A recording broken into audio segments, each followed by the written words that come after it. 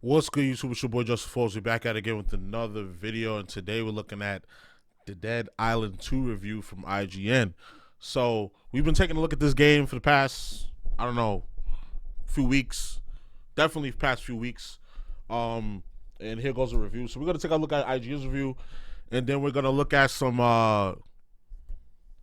Sorry, my setup is a little janky right now. My mic boom. Yeah, we're gonna look at some.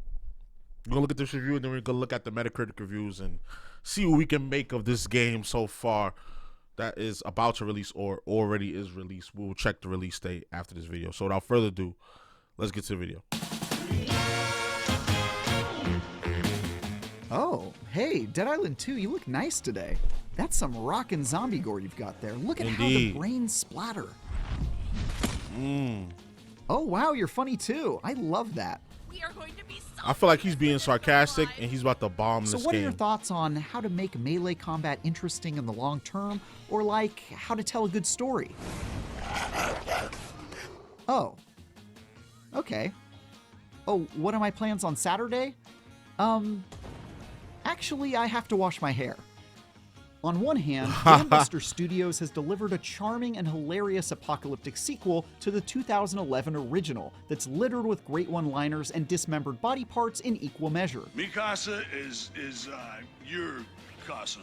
But aside from its balls-to-the-wall silliness and considerable comedy chops, there just isn't much to it that hasn't been done better in a dozen other zombie-filled games since the original Dead Island came out more than a decade ago, including and especially Dying Light 1 and 2, which notably were made by Techland, the studio that created Dead Island. I didn't know you could do that. Even though it lacks originality, Dead Island 2 still competently executes on its over-the-top LA-based zombie parody, and injects some much-needed Botox into a series that's been languishing for far too long, making Hollywood's red carpets even redder by applying generous helpings of gore was laugh-out-loud funny and time generally well spent. Okay. So I think my prediction, and I swear I haven't looked this up beforehand, my prediction would be he's going to give it a 7. A 7. Let's see. Let's see if that holds true to the end of the video. This is a lighthearted first-person action game where committing unspeakable acts of violence against the zombie hordes of Hell A is the most mundane thing about it. After choosing one of 6 virus-resistant playable characters aboard a failed plane evacuation, you're thrown gore-first into the ridiculous streets of Southern California, where absolutely no one seems to be taking the apocalypse seriously. So, all these explosions and fun, you're filming it? Yep. Alone or with up to 2 co-op pals, you'll drop-kick and disembowel your way through a cattle call of the undead over the course of this 30-hour adventure, during which you'll meet a bevy of larger-than-life quest givers that include this drug-addled rock star. Sorry, man. Big evacuation party, you know. Oh, shit. Oh, she drunk. We gotta get to the evac. And this geriatric former movie star who gets his fashion tips from Hugh Hefner. Like a cheesy B-movie, the story makes so little effort to produce anything approaching coherence that the attempt itself may in fact be sarcastic, and that fits in quite nicely with the absurdist tone of an adventure where some zombies have hives of aggressive bees stuck in their torsos. What few twists and turns exist in this familiar apocalyptic tale aren't terribly surprising or interesting, and that highlights one of the many ways Dead Island 2 feels like a game I've played several times before. The good news is, although it lacks storytelling substance, that meandering odyssey at least has some very funny writing and memorable characters throughout. And the fact that both are completely unhinged works to Dead Island 2's advantage. You like horror movies? I did. One chapter had me searching for a squeamish assistant on the set of a horror movie featuring a giant acid-spitting mechanical spider, while this side quest had me slaying zombies in creative ways for the benefit of a social media influencer looking to boost her clout. Yeah, definitely. You already, the developers expertly you already know the IRL content creators and streamers would be trying to make content off the zombie apocalypse, even though like the world is going to shit. They will make content down to the bone, to the beginning. So like, just in case they survive, they'll have like one of the most highest viewed content. Like that would be insane. Niggas is trying to make content when the world is ending. poke fun at the stereotypical vanity and vapidness of the Los Angeles setting is reminiscent of Grand Theft Auto V's Los Santos in the best kind of way. Great writing is helped along by high-quality voice performances as you recklessly charge your way through whatever preposterous hijinks before you, and that's hands down the best part of Dead Island 2. Someone didn't want anybody or anything to get out. If you've ever braved a virtual zombie apocalypse before, then you'll be quite familiar with the combat formula that this cheeky iteration sticks quite close to. You start with basic melee weapons like baseball bats and hammers before crafting more elaborate tools of destruction, like an electric katana or the demon love child of a sledgehammer and a flamethrower, and eventually guns too. But while the more eccentric melee options have interesting designs, in practice they don't feel much different than their unmodded peers, aside from applying various status effects, so they aren't as exciting as they look. The melee creations at your disposal are also far less original and crazy than the kinds of bonkers weapons we get to play with in the Dead Rising series. Yo, Dead Rising is ridiculous, yo. Like, if you really want to over-the-top, like, completely goofy, super powered weapons, like, made out of anything, but a million zombies on the screen at the same time, play Dead Rising. Capcom, they know how to make a fucking zombie game, that's for sure. Obviously. You definitely won't be seeing any umbrella lasers or sledgehammers with grenades duct taped to them, for example.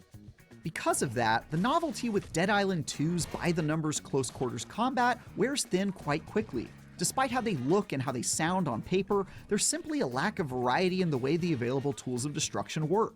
And the fact that fighting against this zombie horde is about as challenging as whacking a T-ball off a stand.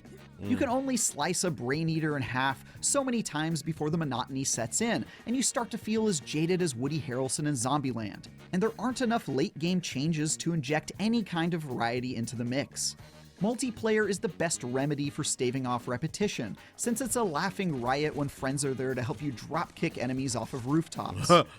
One thing that took some tension out of it, though, is that alone or as a team, failure becomes an increasingly rare occurrence. You unlock ample tools to keep yourself standing atop the pile of undead corpses instead of being swallowed beneath it, but the threats don't keep pace and there aren't any difficulty options to up the challenge. For example, it's crazy that a perfectly timed dodge or parry, both of which have a very generous window, makes you invulnerable as you execute the offending zombie, restoring a good chunk of health in the process, if you've got the right skill equipped. As a result, I never felt like I was in any kind of danger. There's nothing actively awful about getting up close and personal against the undead, but I definitely felt blasé about my title as the Los Angeles area's newly appointed king of extreme plastic surgery after only a couple hours. So you saying they babying you. They babying you through the game. Matters are made worse with the introduction of ranged weapons, which feel sloppy, inaccurate, and don't benefit from most of the would you look at that? Los Angeles. This is a trailer. Who's supposed to be Lenny Kravitz? Could have been a lot worse. That's Inception right there. An ad for the game, for the video that I'm watching. Skills and upgrades. Oh, it comes out the 21st. Guns almost feel like an afterthought that was tacked onto the sandbox at the last Friday? minute, but never tuned to feel good. Not only are firearms rarely the most effective method for mowing down zombies, but ammo is extremely limited, and firing them never satisfies. Beyond that, the steady stream of zombies coming at you from all directions means you rarely find yourself in a situation where you're able to fire on the enemy before getting interrupted by a QuickTime event to shove a pushy zombie away, which forces you back into melee. Back up. Also, owing to my time parkouring around Villador in Dying Light 2 just last year, movement during combat in Dead Island 2 feels downright sluggish by comparison. One of the things that keeps combat fresh is a steady stream of passive perks and active abilities that unlock as you progress through side quests and stories. By the end, yeah, this is what I'm interested in. The abilities, the modifiers. And a wide variety of options are available to customize your character to fit the playstyle you favor, which in my case was optimizing my attack speed to be ultra fast and making counterattacks following perfect parries as devastating as possible. There's even character-specific options that play to their particular strengths. If you want to get extra weird, you also gain access to superhuman powers like a powerful AoE ground pound or the ability to enter a frenzied rage and tear zombies apart with your bare hands. I like that. That's cool. Though these powers have cooldowns and mostly serve as a way to break up the In the last video I did, the character that they chose, they got bit by an infected and they went into this rage mode. Something like, do you turn into a zombie or do you just go into like this fiend out state that's similar to being one of the zombies or whatever you call them? Otherwise conventional hacking and slashing, it does go a long way to making repetitive combat encounters more interesting. In addition to the bugs that creep out of torso-mounted beehives, Dead Island 2 is also host to a variety of less amusing technical bugs. It was nothing game-breaking, but I saw people sink into the ground during cutscenes. Hey, I told you to stay out that foot. You want me to I was like, wait a minute, what's going on? Captions that lied about who was speaking, and plenty of other unintentional silliness. Multiplayer makes a somewhat buggy game even more unpredictable by introducing lag, disappearing characters, and a whole host of other issues. Wow. Usually these things just make the already rowdy streets of Can't see Hollywood nobody. even more ridiculous and hardly get in the way of having a good time. But it does give Dead Island 2 a somewhat unpolished feel. Sis is just stuck in the ground. Hello, riffraff. Dead Island 2 is a hysterical Los Angeles-infused satire that does most things well enough, but feels like a stroll down the walk of fame of celebrated zombie games I've already played, without adding many new ideas of its own. In fact, aside from the stellar I'm gonna stick with my 7. I'm not gonna change my answer. I wanted to Dead just Island now, 2 does better than last year's Dying Light 2. Still, if you've ever wanted to put your Wolverine claws straight through a zombie's face or knock someone's head off with a golf club, Dead Island 2's got you.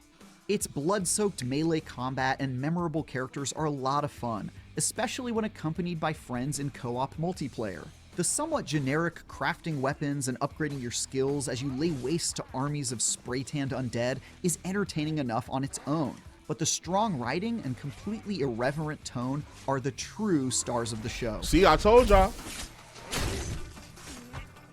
For more, check out our reviews of Sherlock Holmes The Awakened and Mighty Doom. And for everything else, stick with IGN. So basically the game is good, but it's not great. It does a lot of things good, but it does nothing exceptional. Okay, so let's head over to Metacritic. And okay, it's basically an average game. The highest score we got is a 90 from Finger Guns. Throwing out the door of Grab. Dead Island 2 is all about killing in style from the beautifully rendered wastelands of LA. Excuse me. To the equally visceral limb destruction system, there's endless fun to be had here with enough to do solo or with friends or strangers, not to mention the up and coming expansion. Dan Buster Studios have rewritten how to enjoy oneself in the face of Armageddon. Let's look at a bad review. Noisy Pixel. They said Dead Island 2 is all about breaking skulls and bones, but you won't be breaking any bloody records. At the end of the day, it's just dumb old fun, killing zombies in a badass, gory fashion with your buddies. The high asking price and frustratingly unbalanced gameplay prevents me from recommending this a day one purchase, but I have confidence it will find its bearing among the zombie slaying fans today. So they admit that it's fun and it has potential, but the bugs and the price is too high. So I do believe this game is going to be $70. Let's look that up real quick. And it's going to be on pretty much all platforms. All the next gen ones at least. Oh no, they even put it on Xbox One. So you're getting it on everything but the Switch. I don't think the Switch would be able to run this game at a respectable frame rate and resolution. But yeah, it comes out. Looks, what is that? The 21st. That's Friday. That's a nice game to pop in on a Friday. I don't know. We might do that. We might stream that. We might pop that in on a Friday. Have some fun. If any of y'all want to jump on with me, I could jump on with me. I don't care. I'll play with randos. Yeah. So this is a pretty good looking game. I just said I was gonna check the price, didn't I? I don't see anywhere where it's available for sale. So let's see. Let's see price. Because usually when you Google stuff, it'll have the prices up there. So you got the special edition for $100. The regular edition is next gen is gonna be $70. Okay. I would have put this game at $60 if I was damn Buster Studios. But hey, it's their game. They can sell it for whatever they want. Epic Games has it on their game store as well. Oh, they got it for $60. Okay, they got it for $60 on damn Buster. I might get this game on PC, save me some money, or just pay the $70 or pay the $80 and just get the whole thing, the whole expansion. So yeah, this game is looking cool. But y'all let me know what y'all think. Do y'all think this game is cool? Are you a Dead Island fan? Are you a fan of zombie games? Are you tired of a bunch of zombie games? Because it's been a long time. There's been a lot of zombie games coming out. Some people might be burnt out. Let me know. So you already know the vibes. Like, comment, subscribe, all that good stuff. It's your boy JusticeXFalls, and me out. One.